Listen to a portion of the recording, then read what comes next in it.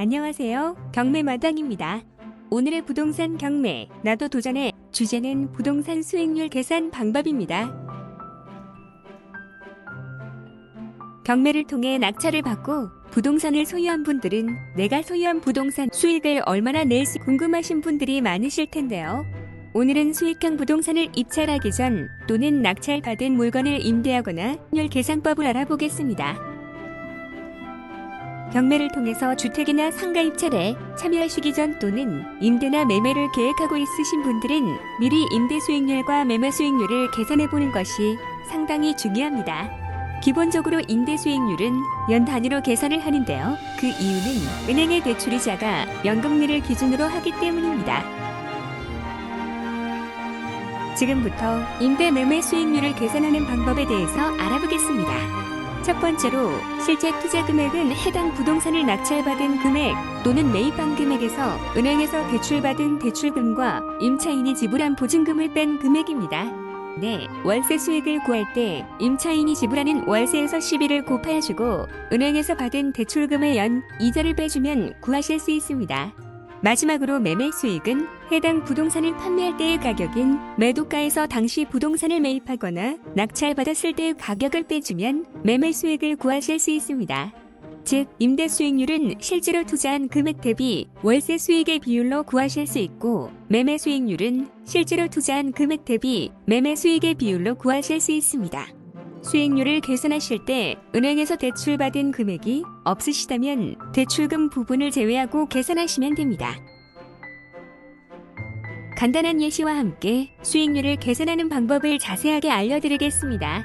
부동산을 1억 원에 매입하였고 연금리 3.0% 그리고 대출금을 5천만 원을 대출받았다고 가정하고 이 부동산의 보증금 3천만 원, 월세 20만 원의 세를 놓은 경우에 임대 수익률을 계산해보고 만약에 이 집을 1억 5천만 원에 팔았을 때의 매매 수익률을 계산해 보겠습니다. 아래와 같이 실제 투자 금액, 월세 수익, 매매 수익을 계산하게 되면 실제 투자 금액은 2천만 원, 월세 수익은 90만 원, 매매 수익은 5천만 원이 나오게 되는데요. 위의 계산을 가지고 임대 수익률은 4.5%, 매매 수익률은 250%가 나오는 것을 보실 수 있습니다. 여러분은 레버리지 효과를 알고 계신가요? 앞에서 보여드린 예시의 경우에서 임대 수익률을 계산할 때 대출금으로 인해 실제 투자금이 감소하는 비율이 커지게 되어 자기 자본 수익률이 상승하는 효과가 있습니다. 즉, 레버리지 효과란 이러한 지렛대 효과를 말합니다. 타인의 자본을 사용하여서 자신의 자본 수익률을 극대화시키는 방법이라고 할 수 있습니다. 하지만 실제로 수익률을 계산할 때 고려하셔야 하는 사항이 있는데요. 실제 임대나 매매를 진행할 때는 중개수수료, 등기비용 등의 기타 비용이 들어가게 되고 취득세, 양도소득세 등의 각종 세금을 납부해야 합니다. 따라서 기타 비용과 세금을 포함하여 계산한 수익률이 실제 임대 수익률이라고 할 수 있습니다.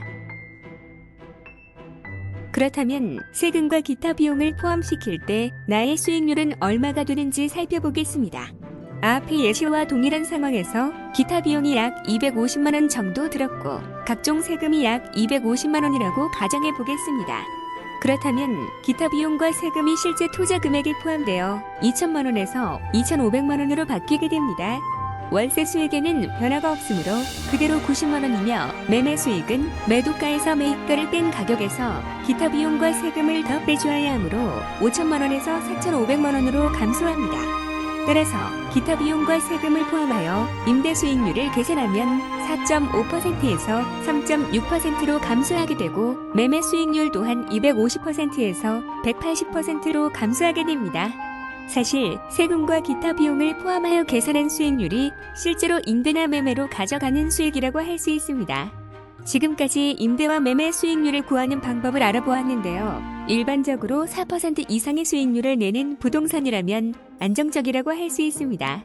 만약 초기 투자를 하실 때에는 상권 분석과 공실률 등의 자료를 찾아보시고 가급적 공실의 위험이 적은 상가나 사무실 또는 주택에 투자하시는 것이 좋습니다. 또한 변동 금리로 대출 받으실 경우 금리가 갑자기 상승할 수 있는 위험이 있기 때문에 무리한 대출은 가급적 피하시는 것을 추천드립니다. 지금까지 나도 도전에서 부동산 경매에 대해 간단히 살펴보았는데요. 도움이 되셨으면 좋겠습니다. 다음 주에는 흥미로운 경매 소식, 경매 이슈로 돌아오겠습니다.